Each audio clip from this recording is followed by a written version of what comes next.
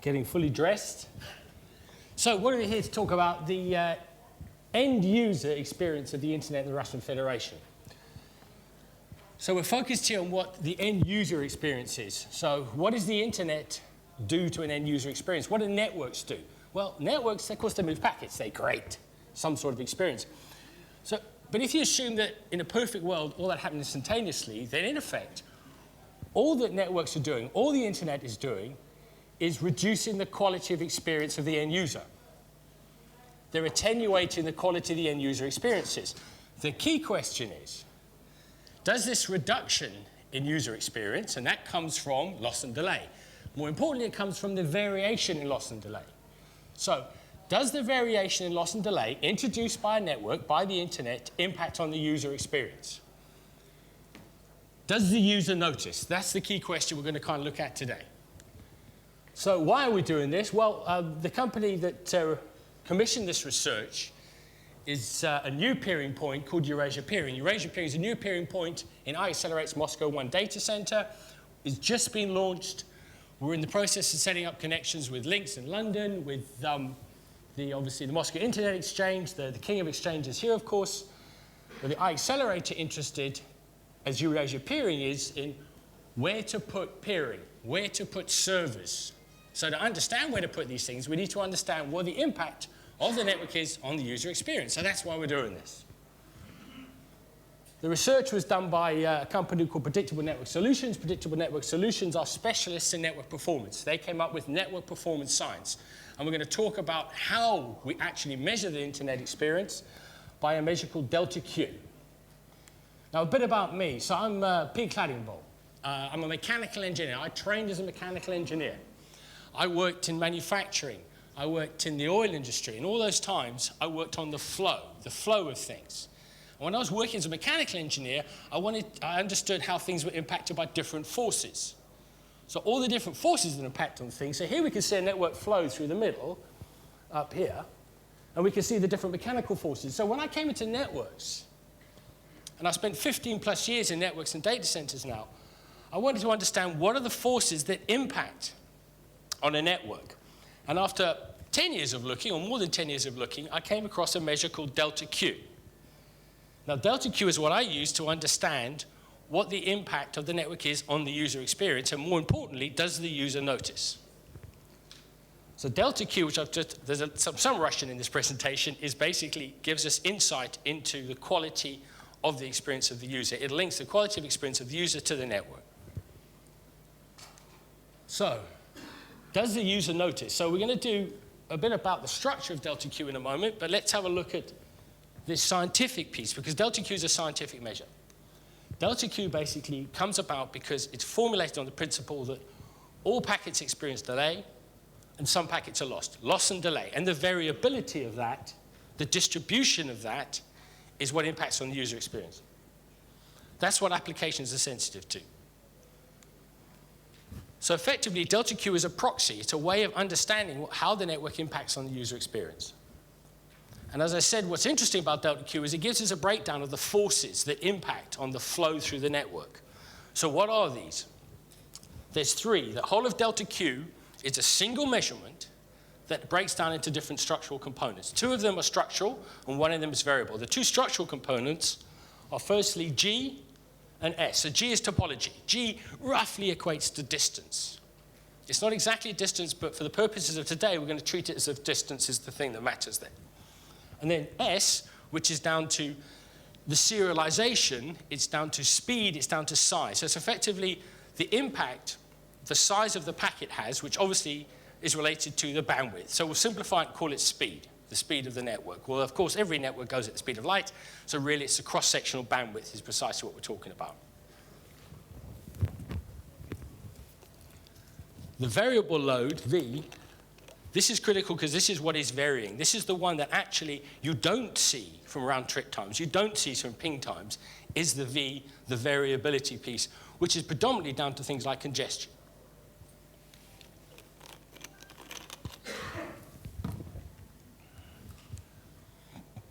So this is a measure of delta Q. So we set out to do some measurement. In a moment, we see where we did the measurements. We did them across Russia, in and out Russia. So let's have a look at a measurement of delta Q Here you can see this delay and elapsed time. So what can you tell from that graph? Pretty much nothing at this stage. You can see there's some variability. What becomes interesting is when we structure that information by packet size. So when you structure it by packet size, you start to see a structure coming out in terms of the delay increases as the packet size increases. No huge surprise there. Let's have a look at the breakdown then of delta Q, this measurement that's going to link the network, what the network's doing to the user experience, and see if we note, and if the user will notice.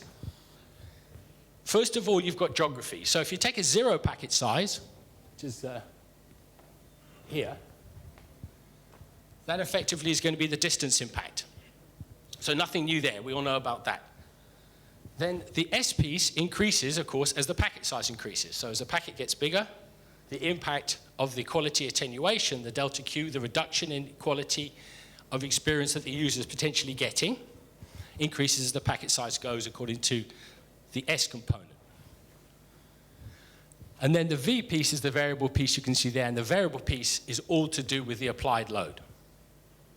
So that's an overview of how the single measure breaks down into different components. We're measuring one single thing, delta Q, but mathematically, thanks to the science behind this and the maths behind it, we can then derive the structure within the quality attenuation.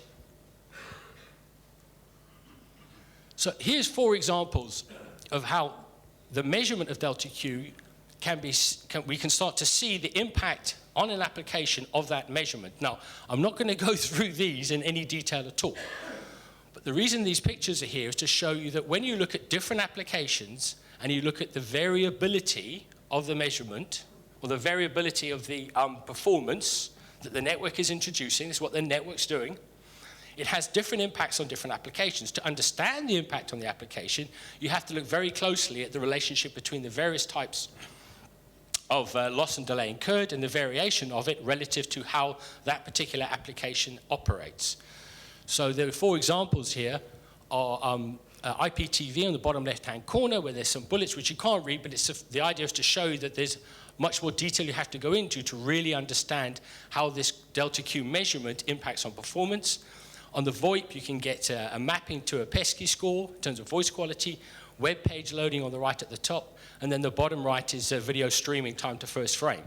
So we obviously haven't got time today, and to be frank, like I said, I'm a mechanical engineer, so I'm not that expert to be able to explain these in detail to you. So I'm going to simplify it back, and we're going to look at, from the measurements we've done, what the impact is, and we're going to take all of the variability and we're going to map it into distance. So we're going to treat it as if it's simply a round trip time. So we're going to take all this variability, distill it down into a measure of how the quality is attenuated from a distance perspective.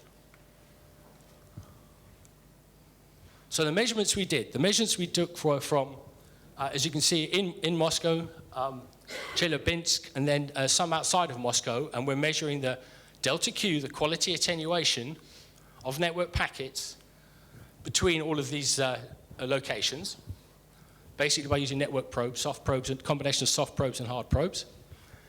And we're going to use a simplified user experience, not like the one on the previous slide where it's kind of complicated relative to the application and its sensitivities. We're just going to basically take the good old Nielsen study, which has stood the test of time, and it basically says that for a user, if there's a 0.1 second delay, they hardly notice and they carry on doing whatever they're doing, online shopping, playing their game, loading a web page.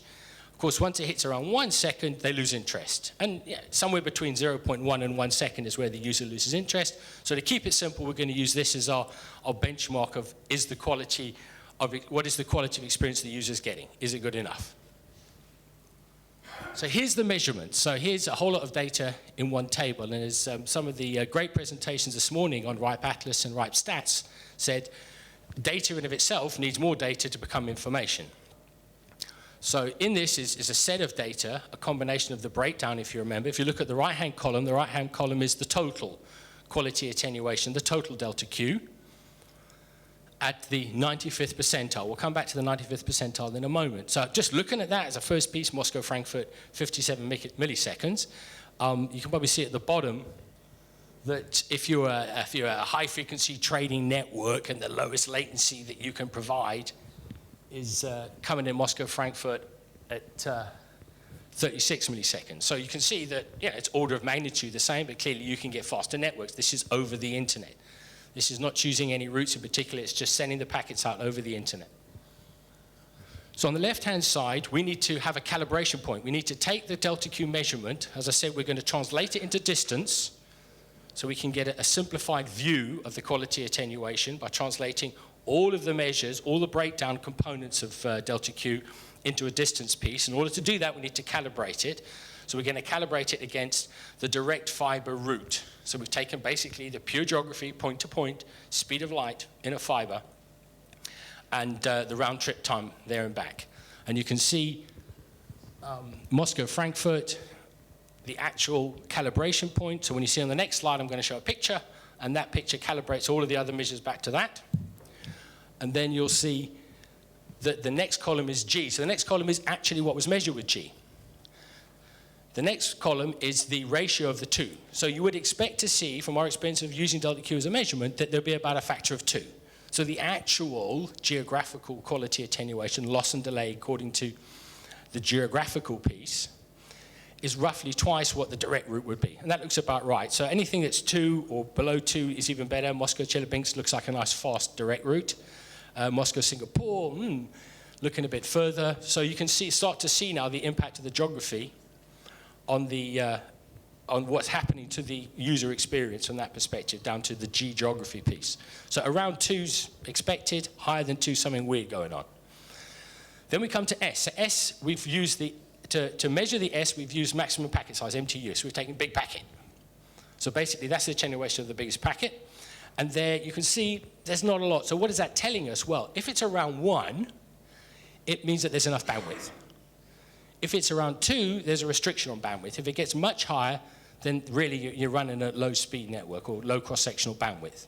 So here we can basically see there's only really from Chelyabinsk to Moscow and on to Singapore where we're seeing some restriction on bandwidth, because the number of S there is 2. And then we've got V. Now V, we've got 50th, 75th, and 95th percentile. Now, if it is something like a web page, the 50th percentile, that means 50% of the packets are getting this impact. 75th means 25% are getting that level of impact, and 95th means 5% of packets are getting that. So the top right-hand corner, V95, 10.34, 5% of the packets, Moscow, Frankfurt, are getting a significant amount of loss and delay. So that is clearly going to have an impact on certain applications. The overall 57 milliseconds, you wouldn't notice it if you're loading a web page. The only ones that stand out of there that above are 100 milliseconds. If you remember, that was the user experience we were talking about and measuring our benchmark against from the Nielsen study. The big ones, obviously, are the ones for Singapore. So no big surprise there, although it is interesting that there is more geography between them than there really should be, because the ratio column is talking about closer to 5 times as opposed to 2 times what the purest calibrated direct route would be. So as I've pulled out of here, we're not going to go through every element of that table. As I said, I'm going to move it to a more graphical representation to try and show clearly what it is just purely from a distance perspective. So picking out the first one, I mentioned there, you can see the congestion. 5% of the traffic going Moscow-Frankfurt is getting a bigger delay on it. Now that is going to cause a poor video call. It's going to give you a poor gaming experience. The bandwidth looks efficient. It's not because of lack of bandwidth that congestion is coming about. So something else is going on there. The next one we mentioned there was the 4 times the direct route rather than around 2, going out to Singapore. And then from Chelyabinsk out to Singapore, it's going even further than, remember, the expected would be 2. So we know the fact that Chelyabinsk is further from Singapore than Moscow, certainly in terms of a direct route. But it seems 5 times further away as opposed to 4. So now let's take that initial column, which gives us the calibration point to say what should the loss and delay be like down to the inescapable speed of light and distance. So here you can see the blue line. The blue line is showing us basically what the round trip time would be on a great circle route, speed of light on nice good fiber. Then the green line is showing what we actually measured in terms of the G, which you'd expect to be about 2 if it was a decent network topology. The yellow piece is the impact of speed or packet size, and combination of the 2. And then the last piece is the V, the variability caused by load, and you can just about see that the biggest circle is the 95th percentile, and then down to 75th and 50th. So we basically take that blue line and we calibrate all of the others relative to that, and then we plot them on a map. So this is our baseline piece. This is what we would expect the absolute minimum piece to be. Now, clearly, we know that there's network topology. Not everything is in a perfectly straight line, and we expect it to be about twice the distance. So let's add on to that piece the actual measurements, and then what do we get? We can hear there, we get Singapore is somewhere down under the floor here. It doesn't fit right on the map. You can't even see it, but that we saw from before. What this is starting to tell us is something interesting, because we're now starting to see that while geographically you've got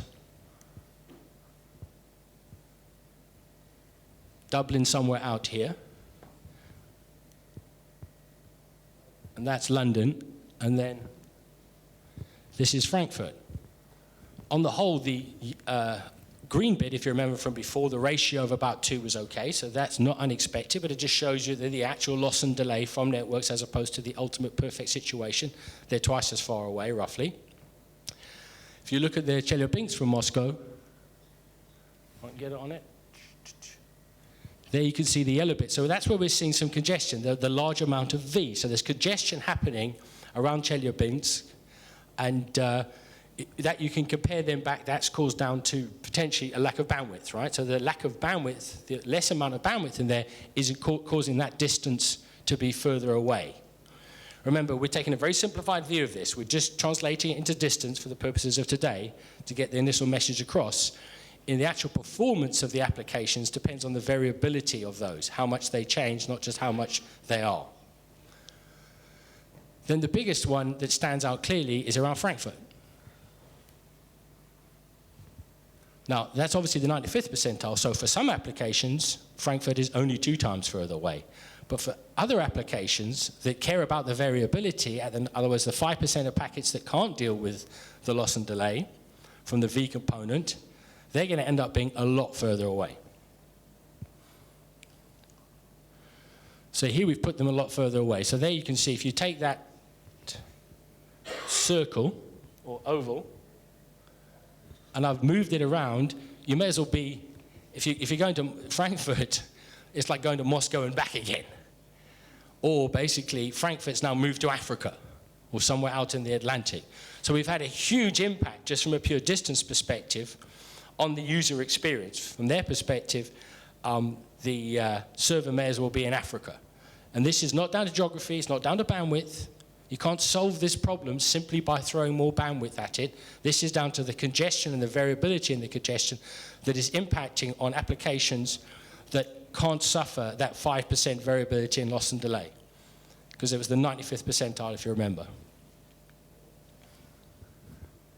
What becomes even more interesting when you dig into this further, because what you would be doing next is taking that and measuring more deeply into that V aspect, putting intermediate probes along the route, for example, and trying to establish where that congestion is coming from, because it doesn't mean the congestion is necessarily happening in Frankfurt, of course. Although the packets we sent did go off different routes, so it did indicate initially that it was around Frankfurt that congestion was happening. So there's a certain logic to that, because there's a lot of network density into there. But this isn't conclusive that it is in Frankfurt. All it's saying is that the measurement to Frankfurt and back from Moscow basically could be going to Africa in terms of the congestion of that 95th percentile. Because you can look closely at this V, you can actually measure it more detailed, and then you can start to manage the V itself. So it's beyond the scope of today's presentation to get into that, but that's the positive piece. With that information, we can dig further and do something about it.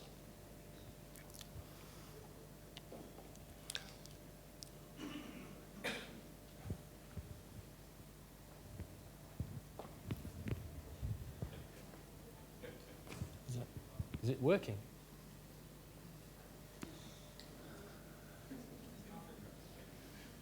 You go, we're in Africa, exactly. So if you're on the webcast, don't adjust your machine.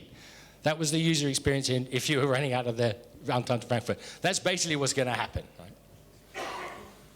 So we can't go into too much detail on it, but this basically is the first slice of data we took of that. And what you're seeing here is at the bottom, 95% in the circle at the bottom. Oops. Can I go back?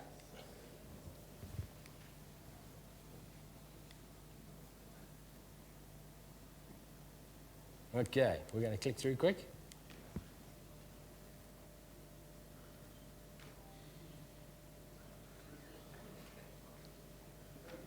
Okay, stop. Slow down a little bit. Cannot catch up. Yes, I'm sorry. Yeah, of course, of course. Sorry about that. So this is the one-way information from the London-Frankfurt link. It's not the two ways briefly we saw, so we've digged a bit more detail into this and we've plotted the graph out. What you're seeing on the left-hand axis is the variation delay, the variation in the delay. So, as you can see, this is looking at it from all of the data, and the bunch at the bottom here is sitting in a nice, not too variable. So, for the applications, a lot of applications are quite happy. You're getting a nice little performance from your web page loading, for example. But for other applications, more adaptive protocols, so video, things like that, they're getting a huge scatter on it. And it's basically this information which we've taken the whole measurement, delta Q, we've taken out the geographical piece, G, we've taken out the V piece, which is the packet size and bandwidth, and we're just looking at the V, and we're looking at it at the whole spread of it and understanding what the variation is on that. So the previous slide where we were waiting, with all this old circle of death and waiting, this graph here tells us that that's what the user experience would be.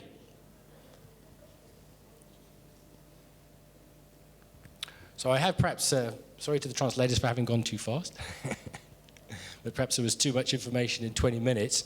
But the idea is to give you, hopefully, what you've got out is an understanding that when you look at the user experience, you have to understand how the network is impacting on the end user and whether the loss and delay characteristics are actually impacting on them.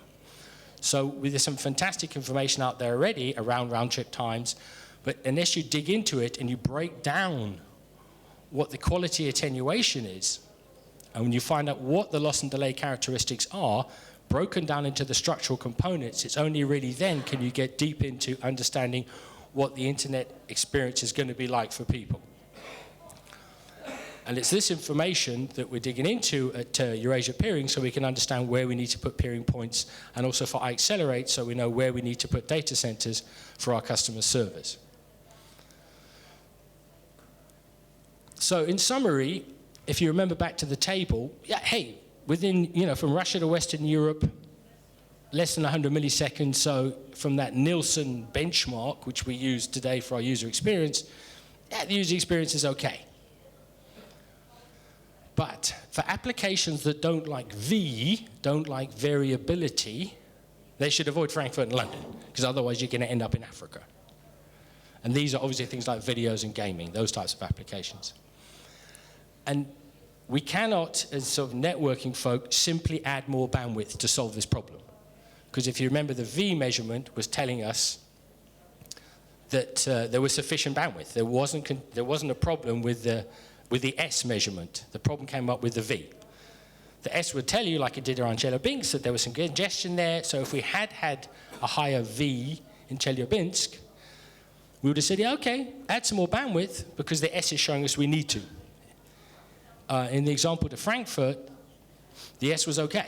So adding more bandwidth was not going to reduce that variability. We need to keep looking, and you saw the first step, which was to plot that other graph just previously. Then we would dig into that and would start to segment the route out and put more measurement points in to narrow in on the cause. And that's basically what we're going to be doing, is we're going to be looking not only at areas like that where we see some potential issues, but we're also going to be extending this measurement out east across Russia and across into places like Kazakhstan and across into China, because we want to really understand not just Western Europe into Moscow, that was our first point. We want to understand what it's like within Russia, where we need to put peering points, where we need to, our customers need to put their servers, and not just all their servers, where they need to put certain applications, the applications that get impacted by these different types of variability.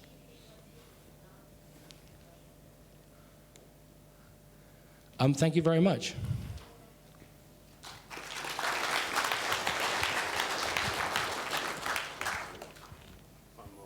Yeah.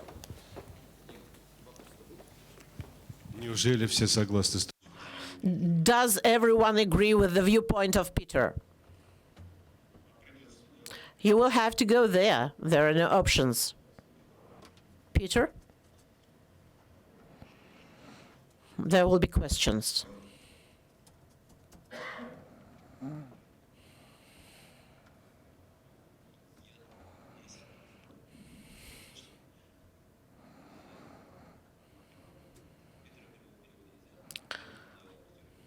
I will speak Russian for the audience. I would like to pay attention to the picture we have considered is rather simplified in one more respect. The history which is considered, you are considering with the proposition of stable internet, which is not changing.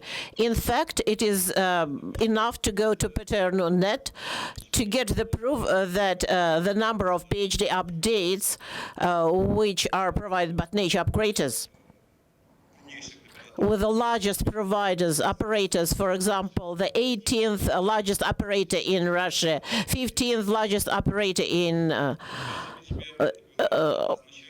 USA are leaders in BGP updates, which BGP updates means that these are changes in G, and this is only in the first approximation. The second approximation, we must think that we have the constant picture with route leaks. We know that very well, because we are studying this problem, and every second we can see 1% of prefixes in route leaks. This is a large, huge number, which adds a lot to V. Thus, V is not just congestion of the channel, it's global instability of the infrastructure of internet. And I think that it would be correct to divide this component because they are quite different in their nature. And thank you very much, because maybe I went too fast, but somebody understood. So, yeah, excellent. You're absolutely right. I presented a very simplified view, no question. And these types of things, by measuring continuously over a period of time, which we haven't yet done, this is just a couple of weeks of measurement, as we measure it over time, then we'll be able to exactly pick up and see when these changes happen and see the impact on the different components. For me, it's exciting because I can see the breakdown of it. I find most interesting, but thank you, you're absolutely right. Dmitry Morozovsky, RadioNet. There is at least another oversimplification. Which one of the few dozens backbone ways from Moscow to Frankfurt did you look at? So we didn't. We did some trace routes over to see. Yeah. But we actually, the question is how many different channels between Moscow and Frankfurt got involved in. So we basically did it from one place, from one internet service provider, and we did notice that it went through two or three different routes. That was the point. Yeah. I'm afraid it's not statistically meaningful yet. I think that's a fair comment. I think the measurement from that measurement point is statistically valid. Oh, yeah, of course. Just from that one measurement point. But it doesn't define, it defines the user internet experience from that place, not across the whole of Moscow, of course. From that place and in that particular time. Well, the measurement was over quite a period of time, and we will do further measurements that will take the time factor, will built into the statistical model. But you're absolutely right. In terms of location, it was one location, one ISP. Yeah. Thank you. I suppose we'll discuss them further. That would Thank be you. great. I'd like to. Last question. Okay, Christian Deutschel, RIPE NCC. Peter, that was a really interesting presentation, and I think the biggest challenge by presenting research data is to stay within the time limits of the presentation. So I'm gonna keep it very short. You mentioned that 1 week or 2 weeks. What was the exact observation time for that experiment? So basically, we sent golden packets out over a period of 2 weeks. And then out of that, the predictable network solutions applied the maths to it to pull out the model of delta Q based on the measurements. Mm-hmm. It is relatively a snapshot. It's not what they would call a longitudinal study, because we need more than that time to get a proper longitudinal study for all the sorts of good reasons. There's also geography that we need to look at. So it was relatively a snapshot, but we will get a bigger data set as we leave the probes in place. So you plan to have that longer running? Absolutely. Okay, cool. Then you also mentioned that you had 2 different architectures of the probe, a software probe and a hardware probe. Did you see any influence of the measuring platform, so if it was a software probe or a hardware probe, related to the measurement results? It's a very good question, and I will ask my colleagues at Predictable Network Solutions to get you that answer. Okay, cool. And then maybe a statement. I think it would be interesting to the map that you showed with the G, with the S, and with the F, maybe to map the trace roads and geolocate the path in a way. So we have a very useful data set for that. Go to OpenIPMap, you can find that there. And the last question. So on that one there, when I saw it this morning, that's exactly what I wrote down. This is fantastic, because now I can map. Okay, So, cool. yeah. Is the data that you're going to generate with that, is that publicly available? The idea is we use it for our customers and for our own business decisions, but I see no reason why we shouldn't be able to share it, certainly with yourselves, if we can enhance, like you said, the information set. Perfect. Thank you. Thank you, Peter. Thank you very much.